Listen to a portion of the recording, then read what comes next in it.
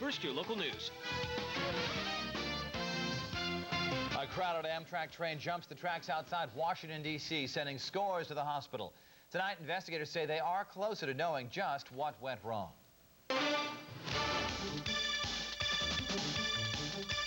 Good evening. We'll have more on that Amtrak crash in just a moment, but first, some breaking news out of Hartford. A massive fire is raging at this hour on the fringe of downtown. It's a 3-alarm fire at an abandoned factory on Charter Oak Avenue. This is taking place at the historic Capewell Horse Nails factory. It is under agreement to be developed into an apartment complex.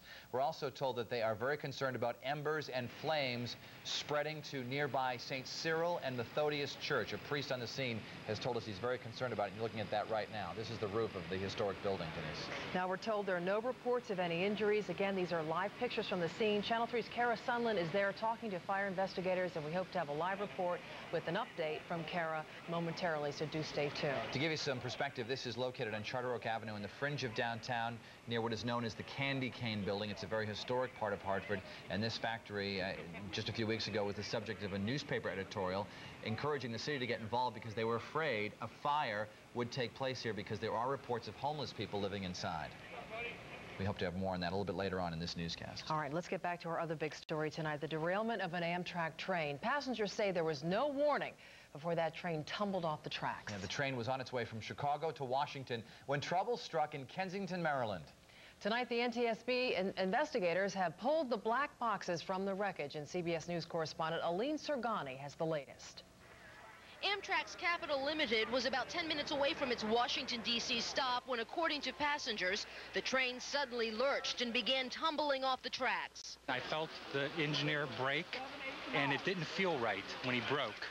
And then, all of a sudden, things start flying forward. It's indescribable. All of a sudden, we just started moving. We fell through the door on the other side.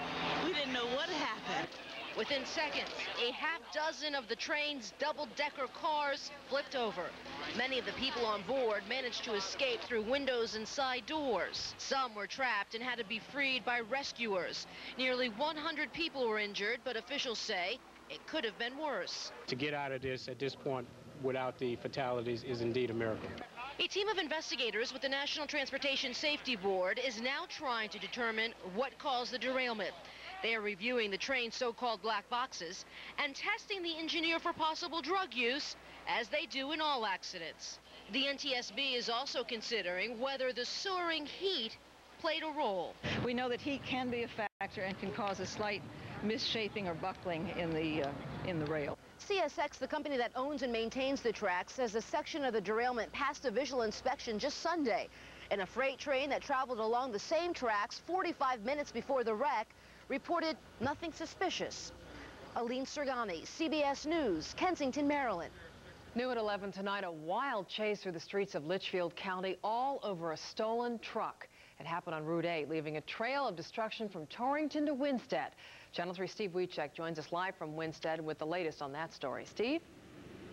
Well, we're standing along Route 8 tonight just outside of WINSTED, and this is one of the many roads that were part of that stolen truck chase that was going on. In fact, at one point, very dangerous along this stretch because the truck was headed south in these lanes, jumped through the median, crashed through some guardrails, and ended up in the northbound lanes for a period of time. Police even shut down this section of roadway.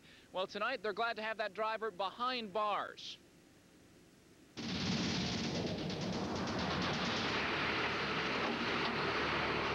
A snapped utility pole, a car smashed into the back of a pickup, and a dismantled box truck with shredded tires all lay in the wake of the chase that began in Torrington and ended abruptly in WINSTED.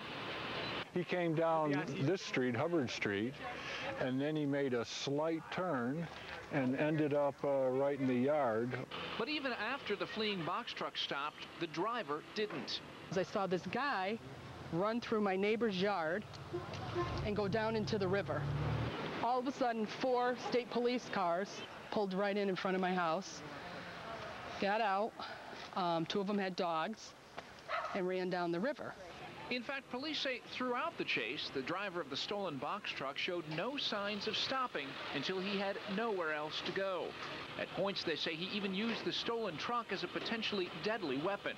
At points in time, he directed the vehicle at state police cruisers during the pursuit.